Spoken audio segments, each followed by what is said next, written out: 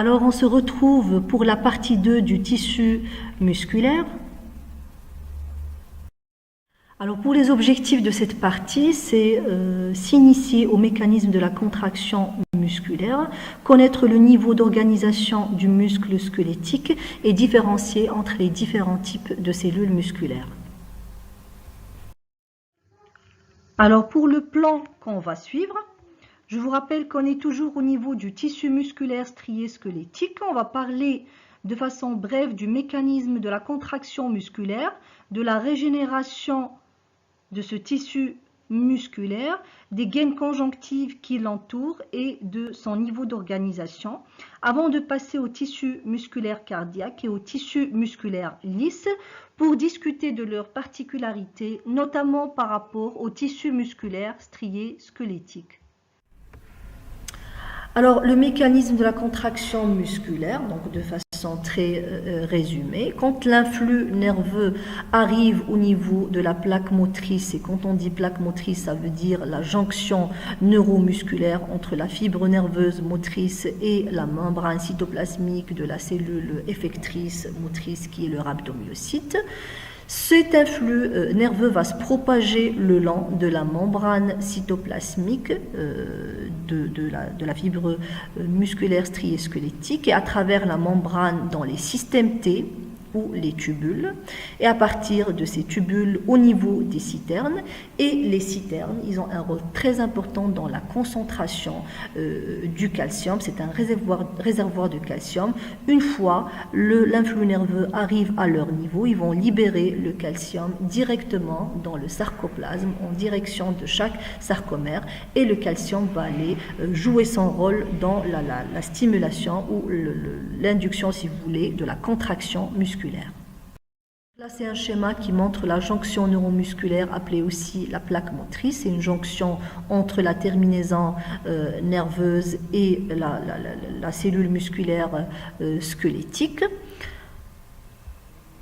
Donc, l'influx nerveux, quand il va arriver à ce niveau-là, il va se propager à travers des modifications chimiques qu'on verra dans le cours du tissu nerveux. Il va se propager au niveau de la membrane cytoplasmique de la cellule musculaire striée squelettique, le long des tubules, de ces invaginations de la membrane cytoplasmique, et ça va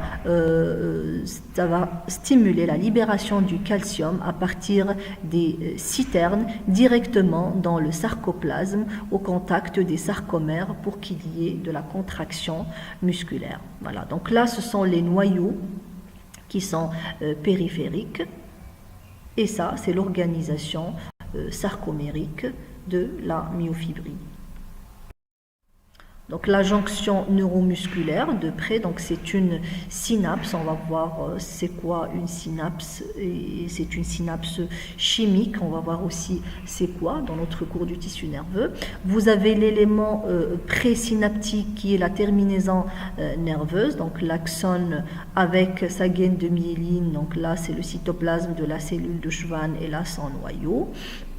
Donc là, c'est les vésicules synaptiques qui vont contenir un médiateur ou un neurotransmetteur. Ce neurotransmetteur va être libéré après, bien sûr, l'arrivée de l'influx nerveux à la terminaison axonale. Il va y avoir une stimulation de la membrane cytoplasmique, un ensemble de phénomènes électriques et chimiques. Donc ces vésicules synaptiques vont libérer leur neurotransmetteur au niveau de la fente synaptique, qui est l'espace situé entre cet élément présynaptique et entre la cellule musculaire striée squelettique appelée élément postsynaptique. Ce neurotransmetteur, une fois fixé sur son récepteur, ça va induire la stimulation ou la transmission de l'influx nerveux au niveau de cette membrane postsynaptique, avec bien sûr la transmission à travers les tubules, et donc la libération du calcium à partir des citernes et la contraction musculaire par la liaison de la myosine à l'actine. Alors regardez, pour le mécanisme de la contraction musculaire, musculaire toujours. En microscopie photonique, qu'est-ce qu'on note au cours de l'étirement, qu'est-ce qu'on constate au cours de la contraction modérée et au cours de la contraction maximale.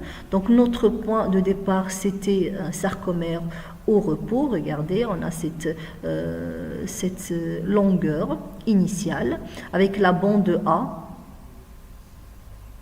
les deux demi-bandes I, les stries Z, bien sûr en noir les filaments fins et en rouge les filaments épais et la strie M au centre.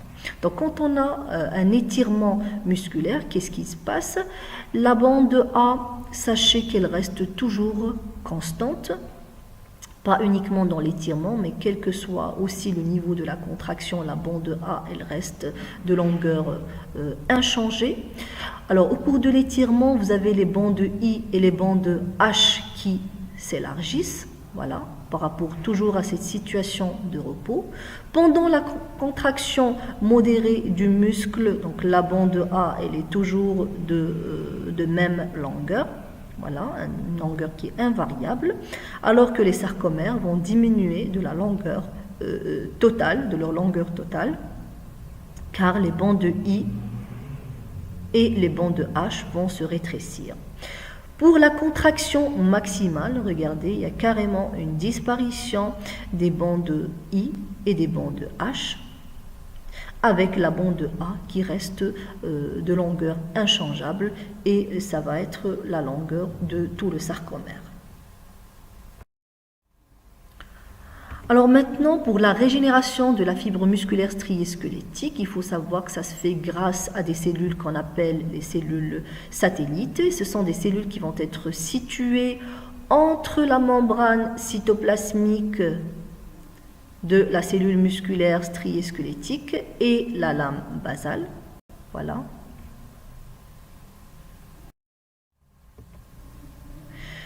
Maintenant, pour les gaines conjonctives, on a vu sur un schéma précédent que chaque fibre ou chaque cellule est entourée par un tissu conjonctif qu'on appelle l'endomysium.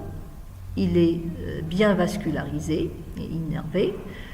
Et bien sûr, un ensemble de fibres ou de cellules vont se regrouper en faisceau. Ce faisceau va être entouré par un tissu conjonctif qu'on appelle périmysium. Et l'ensemble des faisceaux d'un muscle, ça va former la totalité du muscle et ça va être engainé par un tissu conjonctif dans ce qu'on appelle l'épimysium et qui se continue avec le fascia et le tendon qui va faire adhérer le muscle ou attacher le muscle à l'os.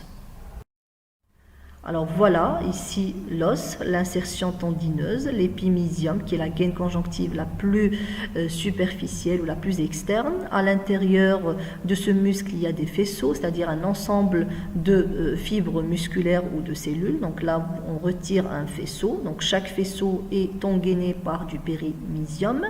Et à l'intérieur de chaque faisceau, on a des fibres ou des cellules dont chacune est entourée par l'endomysium. Voilà, c'est la même chose qui se répète avec ce niveau d'organisation du tissu musculaire, du muscle strié squelettique avec ses différentes gaines conjonctives.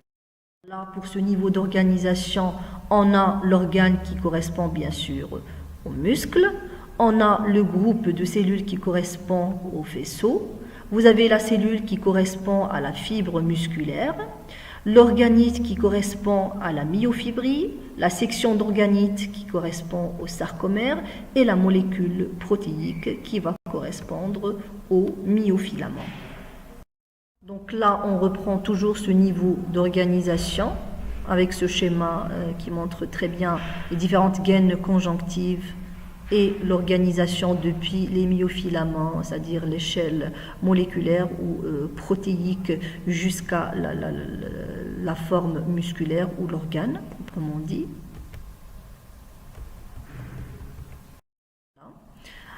Donc, ce tissu musculaire strié squelettique va avoir comme rôle la production du mouvement, le maintien de la posture, la stabilisation des articulations et le dégagement de la chaleur. Alors, arrivons maintenant au tissu musculaire cardiaque. Quelles sont ses particularités par rapport aux muscles striés squelettiques? Tout d'abord, on a vu que les cellules étaient moins allongées avec des extrémités fourchues ou ramifiées. Il y avait un ou deux noyaux, mais cette fois-ci, c'est central et c'est pas périphérique. Il y avait aussi des stries scalariformes sur le schéma ou des traits scalariformes. Ça correspond à des dispositifs jonctionnels en marche d'escalier. La contraction, elle est rythmée de point de vue physiologique, elle est continue, contrairement à la contraction du tissu musculaire strié squelettique, et c'est contrôlé par le système nerveux végétatif. Donc il n'y a pas de jonction neuromusculaire. Le système T et le réticulum sarcoplasmique, ça existe au niveau du tissu musculaire cardiaque, mais les citernes, on ne les retrouve pas. On peut parler de dyade, ça veut dire 2 éléments au lieu de 3, et il n'y a pas de cellules satellites. Alors, ce tissu musculaire cardiaque, il est fait par les cellules musculaires cardiaques ou cardiomyocytes. Et ces cardiomyocytes, on vient de voir que c'est des cellules qui sont beaucoup moins allongées que les rhabdos et que ce tissu est caractérisé par ces stries scalariformes. Alors ces stries scalariformes, on les appelle disques intercalaires et ils sont faits de dispositifs de jonction spécialisés qui sont disposés en marche d'escalier. Ces dispositifs de jonction, ça permet un point d'ancrage des myofibrilles par rapport à la membrane de la cellule et aussi un élément de jonction intercellulaire.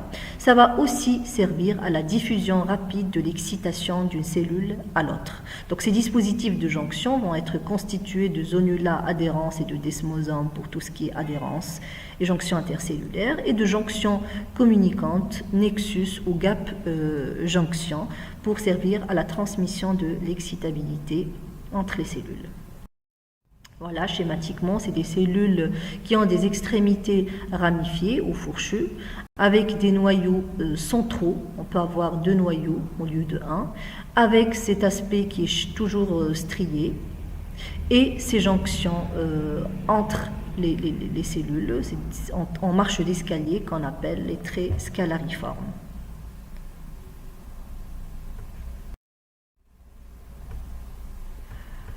Alors, le cardiomyocyte, on peut dire qu'il a une forme de H parce qu'il a des extrémités qui sont ramifiées.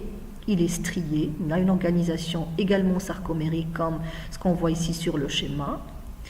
1 à 2 noyaux par cellule, et c'est des noyaux qui sont centraux, plutôt centraux que périphériques, et des systèmes jonctionnels avec les autres cellules avoisinantes qu'on appelle stries scalariformes ou disques intercalaires ou traits scalariformes.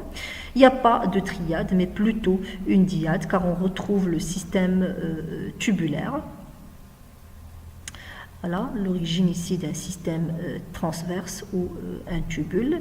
Et on retrouve aussi le réticulum sarcoplasmique, mais on ne retrouve pas de citerne de part et d'autre du tubule. Donc, réticulum sarcoplasmique et tubule, ça forme 2 éléments, donc on peut parler de dyade au lieu de triade qu'on a vu au niveau du muscle strié squelettique. Voilà. Comme le muscle strié squelettique, entre ces cellules, on retrouve un tissu conjonctif qu'on appelle l'endomysium. Voilà. Il est vascularisé. Et cet endomysium va se continuer au niveau des cavités, si vous voulez, cardiaques, par l'endocarde. Alors, là, vous avez le tubule, le système transverse. Là, vous avez les mitochondries qui sont disposées entre les myofibrilles. L'organisation sarcomérique des myofibrilles, bandes claires et bandes sombres. Et là, c'est la membrane cytoplasmique avec la membrane basale. Toujours le même schéma qui reprend un petit peu la forme de ces cellules musculaires cardiaques avec l'endomysium, les noyaux, les systèmes jonctionnels ou traits scalariformes. Regardez. Donc là, on a les mitochondries qui sont parallèles un petit peu aux myofibrilles au niveau du cytoplasme de la cellule. Donc là, c'est une cellule myocardique qu'on a coupée à la fois transversalement et longitudinalement pour bien voir ce système jonctionnel en marche d'escalier et qui comporte une jonction communicante ou gap jonction, une jonction desmosomale ou les desmosomes avec il y a aussi les zonula adhérents. Alors, pour le tissu musculaire cardiaque, très important, il n'y a pas de cellules satellites. Donc, en cas de perte de ce tissu musculaire, par nécrose par exemple, il n'y a pas de régénération et ce tissu musculaire nécrosé va être remplacé par de la fibrose. Et qui dit fibrose, ce n'est pas fonctionnel, avec donc toute la gravité sur le plan clinique. La nutrition du myocarde est assurée par les coronaires qui cheminent en surface. Et entre les cardiomyocytes, on retrouve un tissu conjonctif lâche qui est richement vascularisé et innervé qu'on appelle l'endomysium. Et le cœur est entouré d'une séreuse qui est appelée péricarde, lui-même réparti en 2 feuillets. Viscéral, qui est un tissu conjonctif lâche où se situent les coronaires, et pariétal, qui est sous forme d'un sac inextensible de tissu conjonctif dense. Alors, pour le tissu musculaire lisse, c'est un tissu musculaire, bien sûr, où il n'y a pas de système tubulaire. Il est lisse parce qu'il n'y a pas d'organisation sarcomérique, il n'y a pas de striation transversale au niveau du cytoplasme. Les mêmes protéines contractiles, on les retrouve au niveau du cytoplasme, bien sûr, d'organisation qui est moins régulière. Pas de troponine, car le mécanisme de contraction est bien différent de la contraction des autres types musculaires. Alors voilà les cellules musculaires lisses avec leur forme fusiforme, regardez.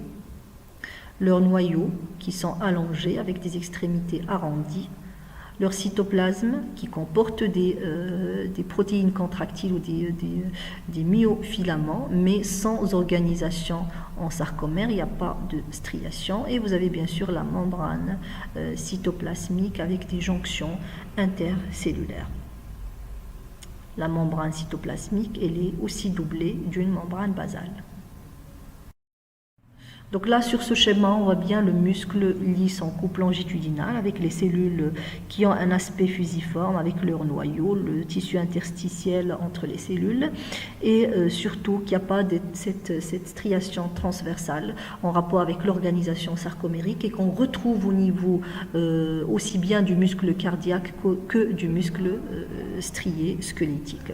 Là, en coupe transversale, les cellules musculaires qui se regroupent en faisceaux avec leur noyau centraux et le tissu interstitiel entre ces faisceaux-là. Donc là, c'est la cellule avec les caractéristiques qu'on a déjà vues. Donc il y a toujours des myofibrilles au niveau du léomyocyte, mais il n'y a pas d'organisation sarcomérique. Alors pour les cellules musculaires lisses, ils vont se contracter de façon spontanée, de façon très dépendante du système nerveux végétatif. Ces cellules musculaires lisses sont soit isolées dans le stroma de certains organes pleins comme la prostate ou dans le tissu conjonctif sous-cutané, par exemple au niveau du mamelon, il y a le muscle arrecteur du mamelon, ou bien regroupées pour former soit des tuniques d'organes creux au niveau par exemple de la paroi digestive, l'utérus, au niveau des structures vasculaires, ou pour former de petits muscles individualisés comme le muscle constricteur ou dilatateur de l'iris. Alors sur cette diapo, on a un tableau qui récapitule les principales caractéristiques de ces 3 types de tissus musculaires. Pour le tissu musculaire strié squelettique, dans sa majorité, il recouvre le squelette osseux. Il est strié, oui, parce que ça subit une organisation sarcomérique au niveau des myofibrilles. Les contractions de ce tissu musculaire sont volontaires, elles sont rapides, mais ce muscle ou ce tissu musculaire se fatigue facilement. Pour le tissu musculaire cardiaque, qu'on retrouve bien sûr au niveau du cœur, c'est aussi un tissu musculaire qui est strié. Il y a toujours cette organisation sarcomérique. Par contre, la contraction y est involontaire. Donc, c'est des contractions qui vont se faire à un rythme relativement constant et c'est inconscient. Pour le troisième type de ce tissu musculaire, donc le tissu musculaire lisse, on le retrouve au niveau des parois d'organes creux, par exemple le tube digestif, on parle de muscle viscéral, on peut le retrouver au niveau des parois de vaisseau et aussi au niveau de certains petits muscles comme ce que l'on vient de voir au niveau de la diapo précédente. C'est un tissu musculaire lisse, il n'est pas strié, donc il n'y a pas d'organisation sarcomérique. Et la contraction à son niveau est aussi involontaire. C'est des contractions qui sont lentes et continues. Donc c'est un tissu musculaire qui ne se fatigue pas, à la différence du muscle strié squelettique.